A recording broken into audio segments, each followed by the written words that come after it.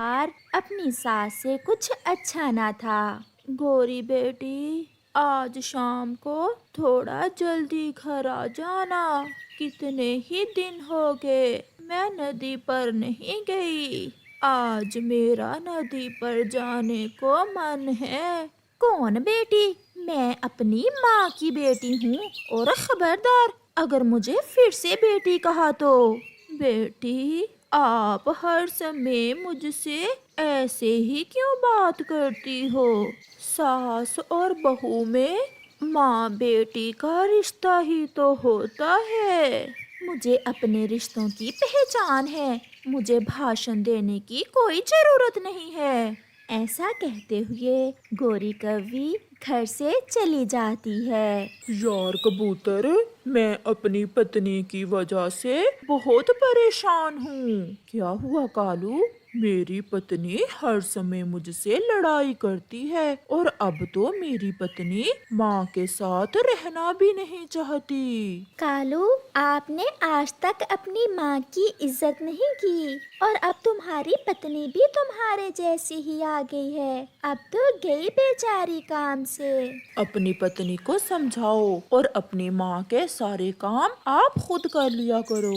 फिर वो सब वहाँ से चले जाते हैं। कुछ दिन बाद कालू अपनी पत्नी से कहता है, गोरी, मैं दूसरे जंगल जा रहा हूँ। शाम को देर से घर आऊंगा। मेरे लिए कोई मीठा फल भी लेते आना। और बेटा, मेरे लिए दवा भी। मुझे सारी रात नींद नहीं आती। कालू, तुम ऐसा करना, मेरा फल रहने देना, अपनी माँ की दवा ही ले आना। ये तुम्हारी माँ तो जलती है मुझसे। कालू बिना कुछ कहे घर से चला जाता है। गोरी बेटी, रात से मेरा पेट खराब है। मुझे कोई नरम चीज बना दो। अगर सेवइयाँ हैं घर में तो मुझे थोड़ी सी सेवइयाँ बना दो। तुम्हारा पेट अच्छा भला है, चस्के लगाने के लिए ऐसे नाटक ना किया करो। मेरे पास समय नहीं है तुम्हारी सेवइयाँ बनाने का। मैं अपनी माँ के पास जा रही हूँ। बेटी, आपने कालू को तो नहीं बताया कि आप अपनी माँ के पास जा रही हो। मुझे किसी को बताने की कोई जरूरत नहीं है। ऐसा कहते हुए गोरी कौवी अपनी माँ की तरफ चली जाती है। कालू की माँ उठकर रसोई में जाती है और अपने लिए सेवइयाँ बनाने लगती है। वो आग जलाती है, मगर उसे चक्कर सा आ जाता है और वो वहीं रसोई में गिर जाती है। आज तो केवल 10 रुपए ही है मेरे पास। अब इनसे माँ की दवा लूं या गोरी के लिए मीठा फल? फल ही ले लेता हूँ। माँ की दवा मैं कल ले लूंगा। ऐसा सोचते हुए कालू फ्रूट की दुकान से मीठा फल लेता है और अपने घर के लिए उड़ता है। माँ, माँ, ये क्या हुआ? आप यहाँ कैसे गिर गई? मैं सेवइयाँ बनाने लगी थी कि यहाँ गिर गई। बस थोड़ी सी चोट आई है। कालू अपनी माँ को उठाकर घोंसले में बिठाता है। गोरी से कहा होता, वो आपको सेवइयाँ बना देती। बहू तो सुबह से अपनी माँ से मिलने गई हुई है। लगा लो मेरी चुगलियाँ लगा लो मेरे पति से। गोरी कवि भी वापस आ जाती है। नहीं बेटी, मैं तो अपने बेटे को बता रही थी। जो बताना है बता दो। न जाने कब मरोगी तुम और कब मेरी जान छोड़ोगी। गोरी, कुछ सोच कर बोलो। माँ है मेरी। माँ तुम्हारी है, मेरी नहीं। मुझसे नहीं उठाए जाते इसके नखरे। ना बेटा, मेरे लिए आपस में लड़ाई ना करना। लड़ाई तो अब करवा दी है, अब तो फैसला होगा। मेरी माँ ने मुझे सब बता दिया है कि तुम्हारे जैसी बुढ़ी से कैसे जान छुड़वाते हैं। रात हो जाती है, कालू की माँ रोते हुए सो जाती है। गोरी और कालू भी लेटे हुए थे। कालू, मैंने सोच लिया है, अब तुम्हारे पास दो रास्ते हैं, फैसला तुम ही करोगे। मैं समझा नहीं गोरी, कैसा फैसला? मेरी माँ ने कहा है कि मैं मैके आ जाऊं। अब तुम देख लो, या तो मुझे नया घर ले दो या फिर अपनी माँ को यहाँ से कहीं और ले जाओ। दोनों में से एक काम करना होगा अब तुम्हें।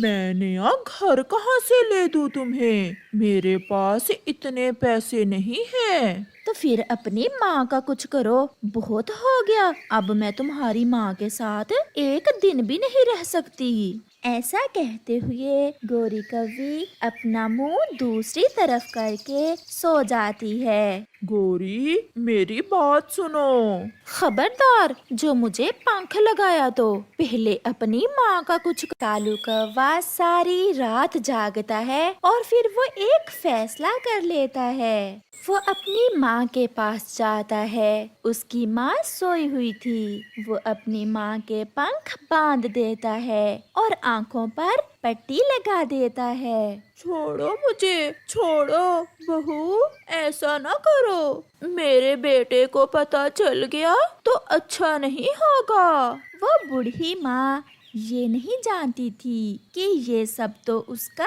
बेटा ही कर रहा है। मैंने माँ को बांध दिया है। मैं माँ को वीराने में छोड़ाऊंगा आज। जो भी करो, मुझे इससे क्या। फिर कालू अपनी माँ को एक टोकरी में रखकर वीराने में चला जाता है। बहू, मुझे छोड़ दो। मुझे कहाँ लेकर जा रही हो? कालू खामोश रहता है। जब कालू घर आता है तो उसकी पत्नी बहुत खुश थी। मैंने मीठे चावल बनाए हैं आपके लिए, अब सोचते न रहना। माँ ने जिंदगी गुजार ली है, हमारी अभी बाकी है। हमें भी तो खुशियों की जरूरत है। माँ समझ रही थी कि तुम उसे लेकर जा रही हो। मुझे इससे कोई फर्क नहीं पड़ता। 2 दिन गुजर जाते हैं। चिड़िया और कबूतर बैठे हुए थे कि वहाँ कालू आ जाता है।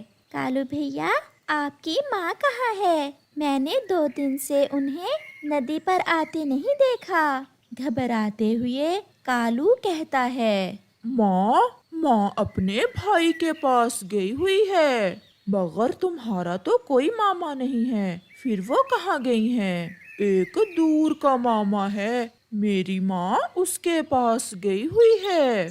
ऐसा कहते हुए कालू वहाँ से चला जाता है। मुझे तो दाल में कुछ काला लग रहा है। चिड़िया, कहीं इन दोनों पति पत्नी ने मिलकर उस बूढ़ी कौवी को मार ही तो नहीं दिया।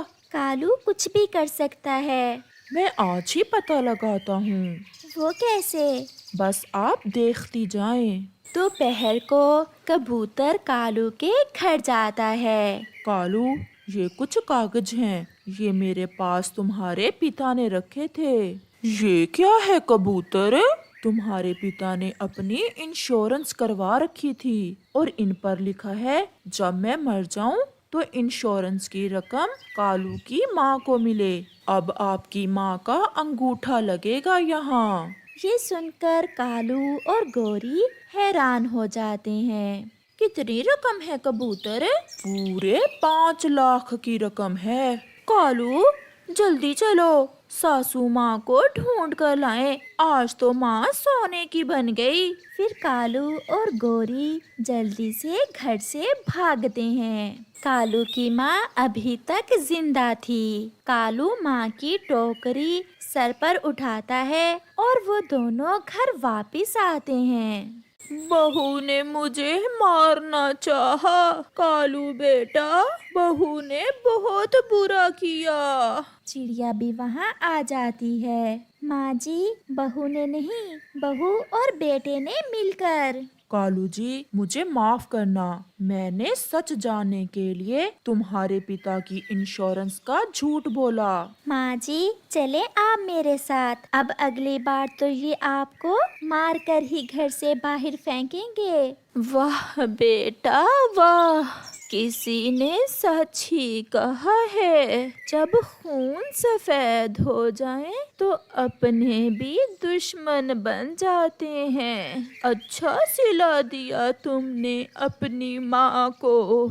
फिर चिड़िया और कबूतर कालू की माँ को अपने साथ ले जाते हैं। गोरी और कालू अब शर्मिंदा थे और वो जंगल में किसी को मुंह दिखाने लायक नहीं रहे थे। इस कहानी के कल वाले भाग में आपने देखा कि कैसे रानो चिड़िया अपने बेटे कुकू को पढ़ाई के लिए विदेश भेजती है। वो अपने बेटे की पढ़ाई के लिए अपना हार तक बेच देती है और फिर एक दिन उस चिड़िया का बेटा अपनी पढ़ाई मुकम्मल करके वापस अपने जंगल लौट आता है। अंकल, मुझे पहचाना क्या आपने? नहीं बेटा। अंकल, मैं अपनी मम्मा के साथ एक हार बेचने आया था जिसमें मोती लगे हुए थे और मैंने आपसे कहा था कि ये हार आप जिसे भी दो उस पक्षी का नाम पता अपने पास लिख लेना। हाँ हाँ, मुझे याद आ गया। और बेटा, वो हार मुझसे बुलबुल खरीद कर ले गई थी। कुकू बुलबुल के घर के दरवाजे पर दस्तक देता है। किसे मिलना है आपको? मेरा नाम कुकू है और मैं इसी जंगल में रहता हूँ। आंटी, आप बाजार से एक हार खरीद कर लाई हैं जिसमें मोती लगे हुए हैं और उसकी चेन सोने की है। हाँ हाँ, वो हार तो बेटा मैंने गोरी को बेच दिया है। अभी 2 दिन पहले ही गोरी कव्वी वो हार मुझसे लेकर गई है। ये सुनकर कुकू गोरी कव्वी के घर की तरफ चल देता है। तुम कुकू हो ना चिड़िया के बेटे? हाँ आंटी, मैं कुकू ही हूँ। हो गई तुम्हारी पढ़ाई मुकम्मल? जी आंटी, मैंने अपनी पढ़ाई मुकम्मल कर ली है और मैं आज ही वापस आया हूँ। आंटी, आप 2 दिन पहले बुलबुल से एक हार खरीद कर लाई हैं। मैं वो हार आपसे दुगनी कीमत पर खरीदने आया हूँ। वो हार मेरी मम्मा का है। चल भाग यहाँ से, बड़ा आया मुझे पैसे दिखाने वाला। मेरा जग्गू भी आज ही वापस आ रहा है, उसकी भी पढ़ाई मुकम्मल हो गई है। बड़ा ऑफिसर बनेगा मेरा बेटा, मुझे पैसों की क्या कमी। फिर कुकू निराश होकर अपने घर की तरफ चला जाता है। कुकू की मम्मा अपने दरवाजे में खड़ी थी, जो दूर से कुकू को आते देख लेती है। मेरा बेटा आ गया वापस। आपने तो कोई चिट्ठी भी ना लिखी आने की। मैं अपनी मम्मा को सरप्राइज देना चाहता था। परंतु आप क्या जानो बेटा, आज मेरा दिल कह रहा था कि आप आज आ जाएंगे। वो दोनों माँ बेटा मिलते हैं। फिर कुकू की मम्मा कुकू को खाना देती है। मेरे बेटे की पढ़ाई मुकम्मल हो गई है? हाँ मम्मा, मुझे विदेश में बहुत बड़ी नौकरी मिल रही थी, परंतु मैं तो अपनी मम्मा के पास अपने जंगल में ही नौकरी करूँगा। एक वो दिन था जब मेरा बेटा विदेश जा रहा था और आज मेरा इंतजार खत्म हुआ और मेरा बेटा मेरे पास आ गया। वो माँ बेटा ढेर सारी बातें करते हैं। दूसरे रोज कुकू को अपने ही जंगल में एक अच्छी नौकरी मिल जाती है और उसकी मम्मा मिठाई लेकर गोरी कव्वी के घर जाती है। गोरी बहन, मिठाई खाएं, मेरे कुकू को अच्छी नौकरी मिल गई है। मेरा जग्गू भी आ गया है पढ़ाई मुकम्मल करके, वो अभी सो रहा है, थका हुआ था ना। गोरी बहन, मैंने ये भी बताना था कि कल से आप कोई और काम वाली रख लें, मैं कल से काम पर नहीं आऊंगी। चिड़िया गोरी को बताकर वापस घर चली जाती है। जग्गू भी सोकर उठ जाता है। जग्गू, चिड़िया के बेटे कुकू को नौकरी मिल भी गई है। मम्मा, मैं कुकू से अच्छी नौकरी करूँगा, बस मुझे 1 लाख रुपए की जरूरत है। वो अपने दोस्त से मैंने विदेश में लिए थे उधार पर। 1 लाख? जग्गू बेटा, इतने पैसे आपने कहाँ लगा दिए? मम्मा, हिसाब बाद में ले लेना। फिर जग्गू अपनी मम्मा से रुपए लेकर चला जाता है। जग्गू तो विदेश में जाकर पढ़ने की बजाय जुआ खेलता रहा था। वो एक बड़ा जवारी बन गया था। आज भी वो अपनी मम्मा से 1 लाख लेकर जुआ खेलने चला जाता है। मम्मा, मुझे माफ करना, मैं आपका हार आपको वापस ना ला कर दे सका। मम्मा, गोरी आंटी के पास है वो हार। मैं गया था, परंतु गोरी आंटी तो उल्टी सीधी बातें करने लगी।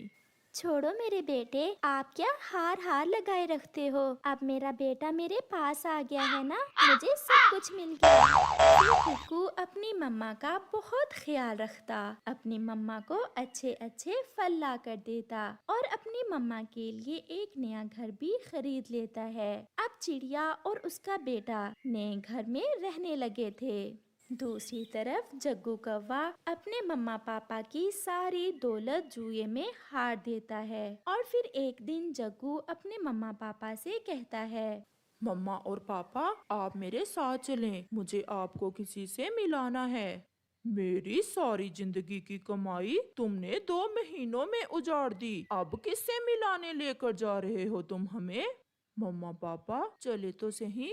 फिर जग्गू अपने मम्मा और पापा को ले जाता है और उन्हें एक सूखे किक्कर के पेड़ पर एक पुराने से घोंसले में ले जाकर बैठा देता है। जग्गू, ये सब क्या है? और यहाँ तो कोई नहीं है। आखिर किससे मिलवाने लाए थे तुम हमें? मम्मा पापा, मुझे माफ करना, कल मेरे पास रुपए तो बचे ना थे, मैं सब हार गया था।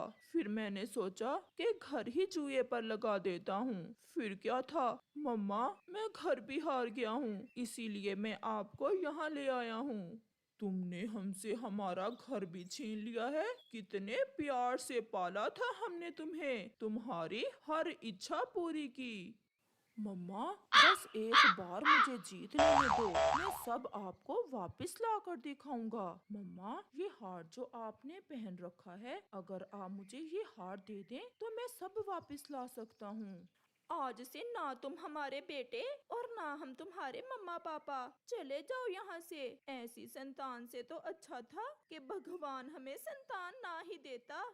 फिर जग्गू कौवा वहाँ से चला जाता है। कौवा और कौवी बैठे रो रहे थे। उनके बेटे ने उन्हें आसमान से उठाकर जमीन पर फेंक दिया था। अब वो 2 वक्त की रोटी के लिए तंग थे। कालू, तुम यहीं बैठो, मैं कुछ करती हूँ।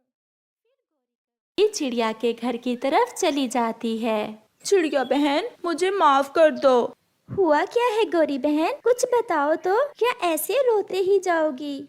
आंटी गौरी, आप रो क्यों रही हैं? चिड़िया, जहाँ तुम्हारा बेटा विदेश से पढ़ाई मुकम्मल करके आया है, वहाँ से मेरे जग्गू को जुआ खेलने की आदत पड़ गई है। उसने तो 2 महीने में ही सब लुटा दिया। हमारी सारी दौलत हार गया है वो, और आज तो उसने हमारा घर भी जुए में हार दिया। गौरी बहन, ये तो बहुत बुरा हुआ आपके साथ। कुकू, मेरे बेटे, ये अपनी माँ का हार रख ले और मुझे एक वक्त की रोटी दे दे। अब मुझे पता चला कि समय एक जैसा नहीं रहता, और जो कुछ मैंने आपको कहा, मुझे माफ कर दो बेटा। आंटी, ये हार मैं आपसे कभी ना लेता, अगर ये हार मेरी मम्मा का ना होता, परंतु मैं बदले में आपको इतना रुपया दूंगा कि आपकी जिंदगी अच्छे से गुजर सके। फिर कुकू अपनी मम्मा का वही हार वापस ले लेता है, जिसे बेचकर उसकी मम्मा ने उसे पढ़ाई के लिए विदेश भेजा था, और गोरी और कालू को एक नया घर लेकर दे देता है। गोरी और कालू का बेटा जग्गू अपने मम्मा पापा को छोड़कर न जाने कहाँ चला जाता है। इस कहानी से हमें सीख मिलती है, अपने रुपए पैसे पर ध्यान रखना ही जिंदगी का मकसद नहीं है, बल्कि जिंदगी का असल मकसद ये है कि आप अपनी संतान की प्रशिक्षण कैसे कर रहे हैं, क्योंकि संतान ही पक्षियों का सब कुछ होता है। मुझे तो तोता चाहिए, तोता, हरे रंग का तोता।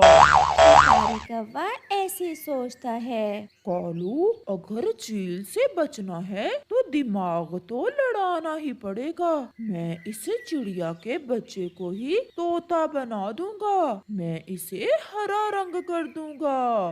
फिर कालू कौवा अपनी जाल की रस्सी खींच लेता है और कुकू जाल में फंस जाता है। बचाओ बचाओ, कोई मुझे बचाओ। छोटा कुकू ऐसे मदद की गुहार लगाता